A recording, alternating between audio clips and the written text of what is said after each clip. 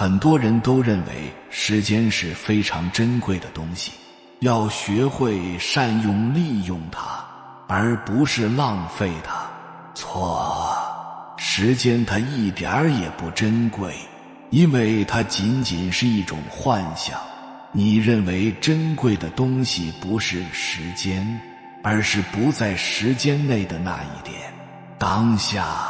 今天咱们一起来破除时间的幻想，理解时间的真相。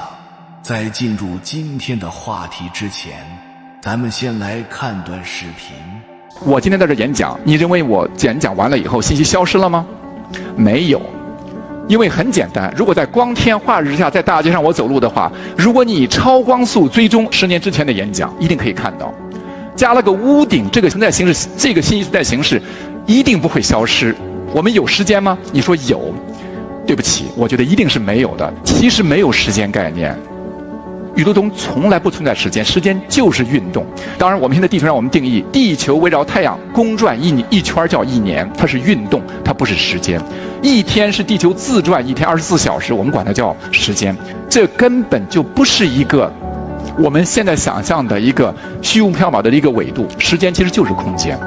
爱因斯坦在100年之前就已经理解得很精深了，可惜现在我还是在试图理解爱因斯坦怎么想的，我认为很精彩。确实不太好理解，我们从小到大的观念都是以时间为基础建立起来的，这种信念系统呢，它一下颠覆有点困难，但你不得不承认，你的一切思维、欲望、情绪、选择、判断都是基于这个虚妄的时间的幻想。你的所有想法，你的所有认知，所有的信念，所有的焦虑、痛苦、烦恼，几乎都是以时间为基础的。比如老了怎么办？孩子不好好学习以后怎么办？老公哪天不爱我了怎么办？那失业以后找不到工作怎么办？这些要命的烦恼几乎都是以时间为基础的。如果抽掉时间，那么所有的烦恼瞬间消失。说得轻巧，那怎么抽掉时间呢？我们似乎不可能从这种思维认同中解脱出来，我们都沉浸在这种时间的思维当中。就好比你认为自己是条鱼，那怎么可能学会飞翔呢？这就是问题的关键所在，终结时间的幻想吧。时间和思维是密不可分的，你会不由自主地完全生活在对过去的回忆和对未来的期待当中，这样你的心思会完全地被过去和未来所占据，而不愿意接纳当下的这个时刻。过去可以赋予你一个身份，而未来代表着解脱，或者是某种希望，或者是任何一种形式的满足。因此你会强迫性地认同它们，但实际上这两者都是幻想。但是如果没有时间感，我们将如何在这个世界上生存呢？那我们可能就不会再有什么可追求的目标了。我甚至都不知道我自己是谁了，因为过去造就了今天的我们。实际上当下才真正的珍贵，你越关注时间的过去和未来，你就会越多地错过当下。当下才是最为珍贵的东西。为什么？首先，因为它是唯一真正存在的东西。你的整个生命就是在这个永恒的当下的空间中展开的，而这个永恒当下是唯一不变的常数。生命就在此刻，你的生命从来不会不在此刻，未来也不会。其次，当下是唯一可以带你超越有限的大脑的切入点，也是唯一可以带你进入永恒的本体领域的关键。任何事物都不能存在于当下时刻之外。过去和未来难道不真实吗？它们看起来比当下可能更为真实。毕竟过去决定了我们是谁，以及我们现在的思维和行为，并且我们未来的目标决定了我们现在应该采取的行动。你还没有把握我所说的内容的实质，因为你在试着用你的大脑去理解它。大脑是不会理解的，只有你能。请专心地听好，你可曾在当下之外体验过、做过、思考过或感觉过什么东西吗？你认为你做得到吗？有什么事情能发生或者是存在于当下之外吗？答案很明显，不能。没有任何事情可以发生在过去，所有的事情都发生在当下，也没有任何事情可以发生在未来，所有的事情都只发生在当下。时间本来就不存在，你只需要切换一种思维方式。当你了解到这一点的时候，你内心的恐惧应该完全消散了。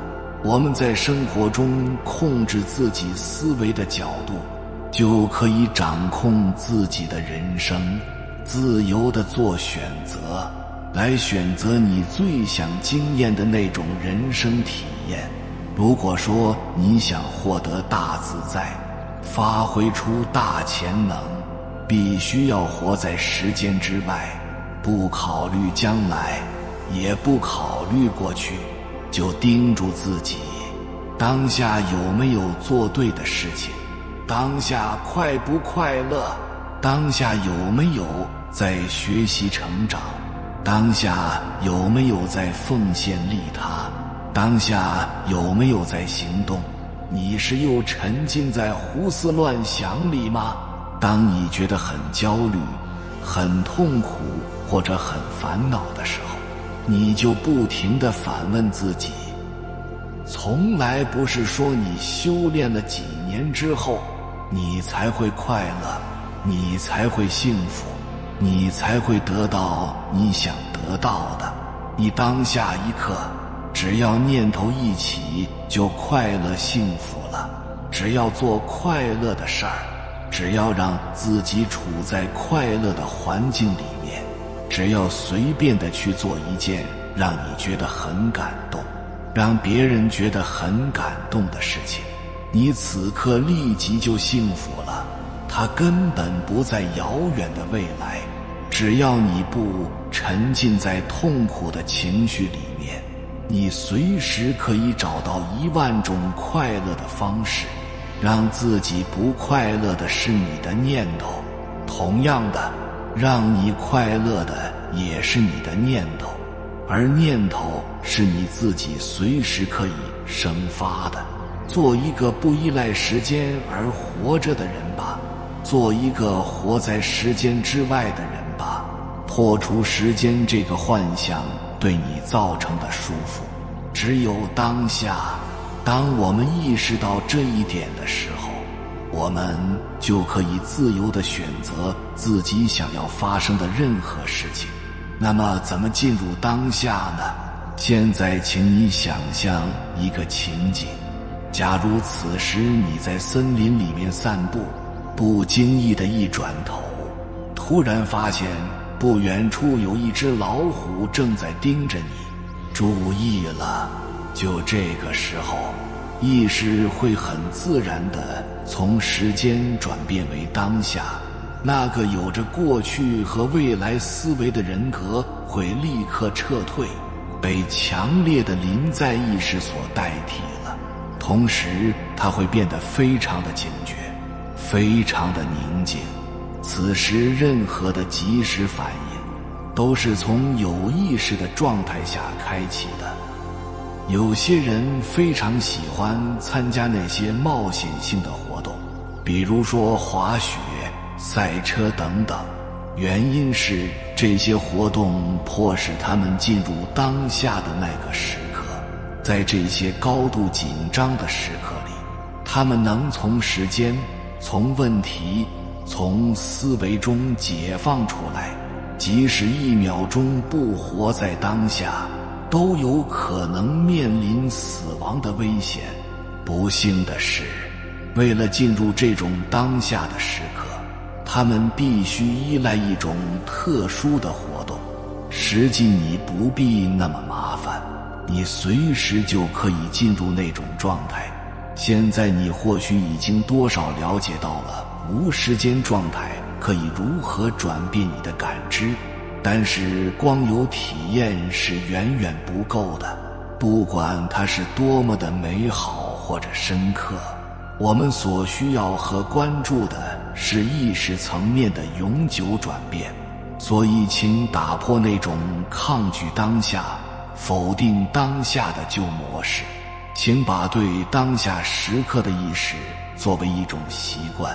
当不需要关注过去和未来的时候呢，你就把你的注意力从它们之中解放出来，在日常的生活当中尽可能地从时间的意识中把自己解放出来。如果你发现很难直接进入当下，那么请你从观察自己老想要逃离当下时刻的惯性开始，这样你会观察到你总是把未来想得比现在更好或者更坏。如果想象的未来比现在更好，它会给你希望，或者是让你愉悦地去期待。如果它比现在更糟，它会让你焦虑。其实这两者都是幻想。通过自我观察，更多的当下意识会自动地进入到你的生活当中。在意识到你没有进入当下的那一刻，你就在当下了。任何时候，当你有能力观察到你的思维的时候呢，你就不会再落入它的陷阱了。这个时候，另外一个不属于思维的东西就来临了，它就是那个更高智慧的你。所以，一切痛苦的根源都是因为无法做自己。如果有人问我，活到现在，什么事情才是最重要的？之前我还需要思考一下再回答，而现在我会毫不犹豫地回答：人生就像投资品一样，是存在均值回归的。那个均值，就是你内心最深处的冲动，是你最原本的样子，也是你内心最想成为的样子。无论我们遇到什么事，经历了什么，最后都会朝着这个方向回归。在一个自由度越来越高、束缚越来越小的社会，到底什么事情决定了你要走的路呢？思考一下身边人，到底是什么东西让一些学生时代看起来特别优秀的人，后来成了特别平凡的人，而又让那些小时候平平无奇的人，后来做出了意想不到的成就。其实就是两个字：真我。然而那个真我都是被压抑的。我们生下来的时候，都被老天爷施了障眼法，或者是打了封闭针，把真我牢牢地捆住了。再加上我们到了社会上之后，总是被驱动着走，活在别人眼里，活在世俗的框架里，活在社会制定的标准里。于是我们离真我越来越远。而一个人如果能够唤醒内心深层的那个真我，就一定可以成为一个很优秀的人。真我包括两部分，一个是天赋，另一个是使命。所谓天赋，就是总有那么一件事，你生下来就可以干得比别人好，你不需要加强练习，也不需要思考什么，你这方面就是可以比别人厉害。所谓使命，就是有那么一件事，你生下来就想干，魂里梦里都想干，哪怕没人给你钱，你还是想干。定义你最终归宿的，一定是天赋和使命综合在一起的真我。即使你毕业的时候成绩优异，获得了一份高薪高压的工作，如果那份工作并不是你最想干的事，你早晚也会因为厌倦和压力而离开这份工作。即使你学的是理工，如果你最热爱的是创作，早晚有一天你会用你的闲暇时间去创作，而且会因为做得很好而放弃原来的工作。这就是真我回归。遗憾的是，绝大多数人再都不能从学校、老师、家长那里得到这个提醒。人生最重要的事情，认识自己。我是谁？我的性格如何？我的天赋是什么？我们都被当成标准零件一样去培养。我们的爱好、特长、天赋、个性被一点点的磨平，然后被卷进社会这个大机器里搅碎。而社会上发生的一切，仿佛就是为了碾碎我们的个性而设计的。你如果要按照社会的标准成长，就必须忽略你自己的特点。其实很多人奋斗了一辈子，就是希望自己从这个压迫感中逃离出来。当然，最终能成功的永远是少数，绝大部分人都是牺牲品。怎么寻找真我呢？两个词：内观、自省。学会了内观，能时刻觉察自己；学会了自省，能时刻矫正自己。这两个动作帮我们抵达真我，让我们清楚看见自己的阻碍，成为最好的自己，抵达自己的彼岸。所谓明心见性，见性成佛。人一生都是为了擦亮自己内观的眼睛，不断地看清最真实的自我。一切过客和经历都是为了帮我们寻找自己，找到自己的使命，找到自己的天赋，找到自己的归宿，统称为寻找真我。所有发生的事情都是为了引导我们认识自己。一个人越早知道自己是谁，就越早活出价值和意义。道德经里说，知人者智，自知者明。人的一生都在寻找自己。世界上最长的路，就是寻找自己的路。这是一个非常难理解的常识。人生最难看见的东西是自己。即便我们照镜子，镜子里的我们也未必就是我们。因为有一个物理学定律叫不对称原理。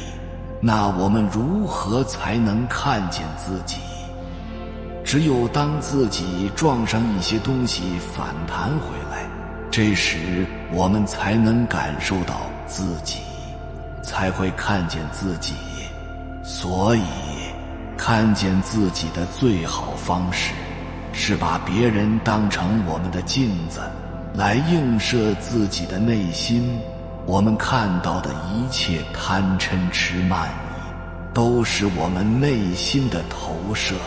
我们的不接纳和不喜欢，都是因为我们内心某个地方有缺失。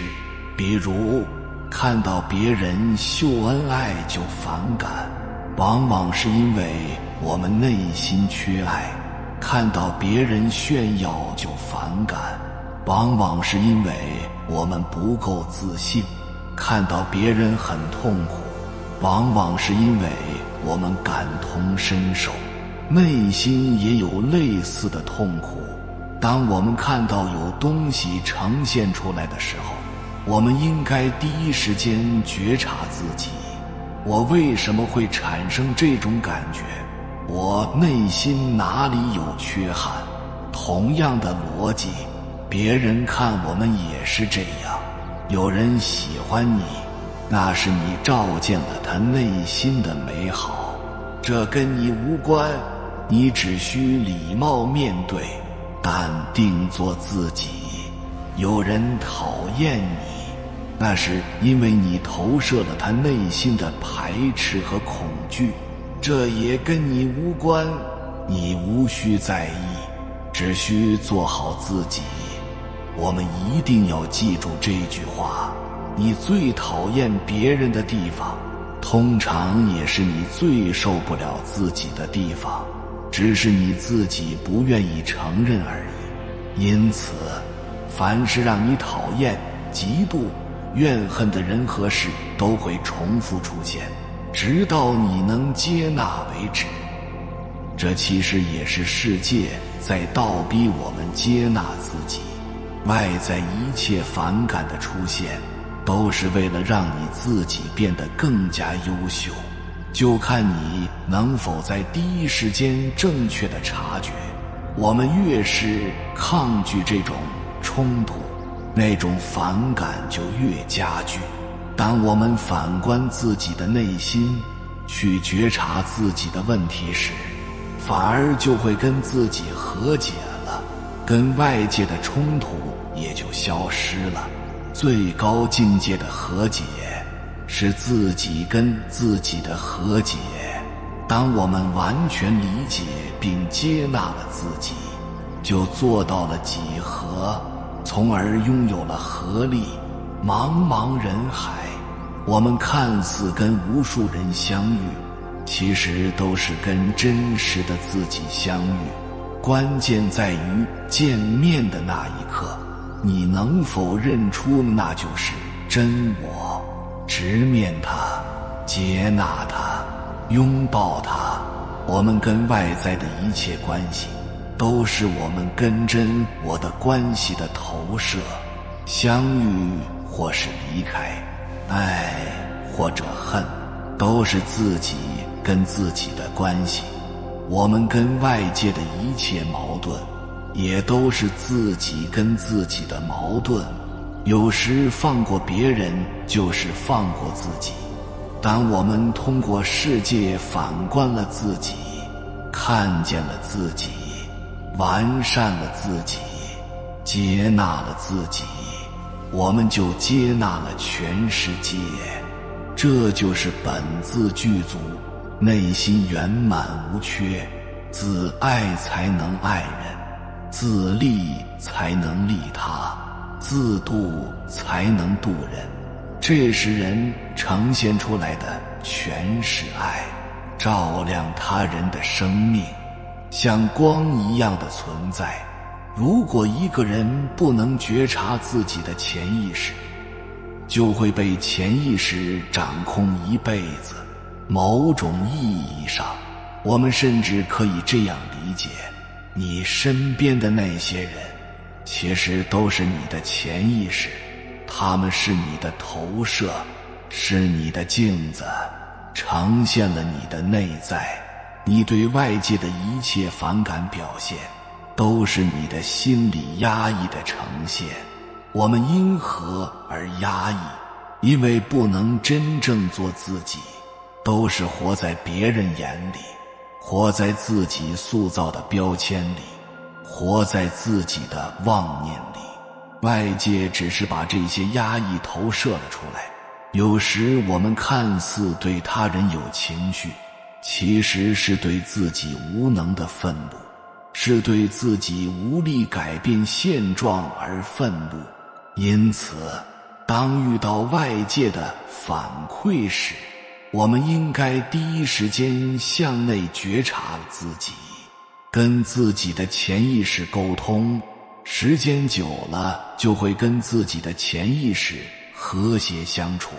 知人者智，自知者明。内观、自省、觉察自己的起心动念，是非常好的修行路径。人与人之间都是互相投射的，我们欣赏一个人，不是因为他非常优秀，而是因为他身上也有自己类似的优点。我们看透一个人，不是因为他不会隐藏，而是因为他和过去的自己有相同之处。为什么有的人总能让我们去欣赏呢？其实你欣赏的人的特质在你身上都有，只不过借助它显现出来了。这就叫相似相应原理。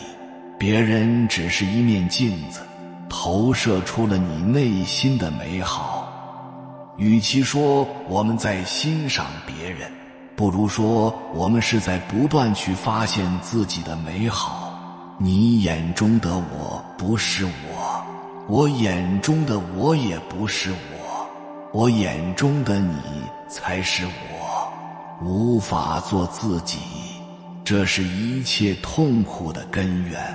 绝大部分时候，我们都在努力成为别人眼中最好的自己，一边活在别人的眼光和评价里，一边又要直面自己内心的声音，所以才会内耗。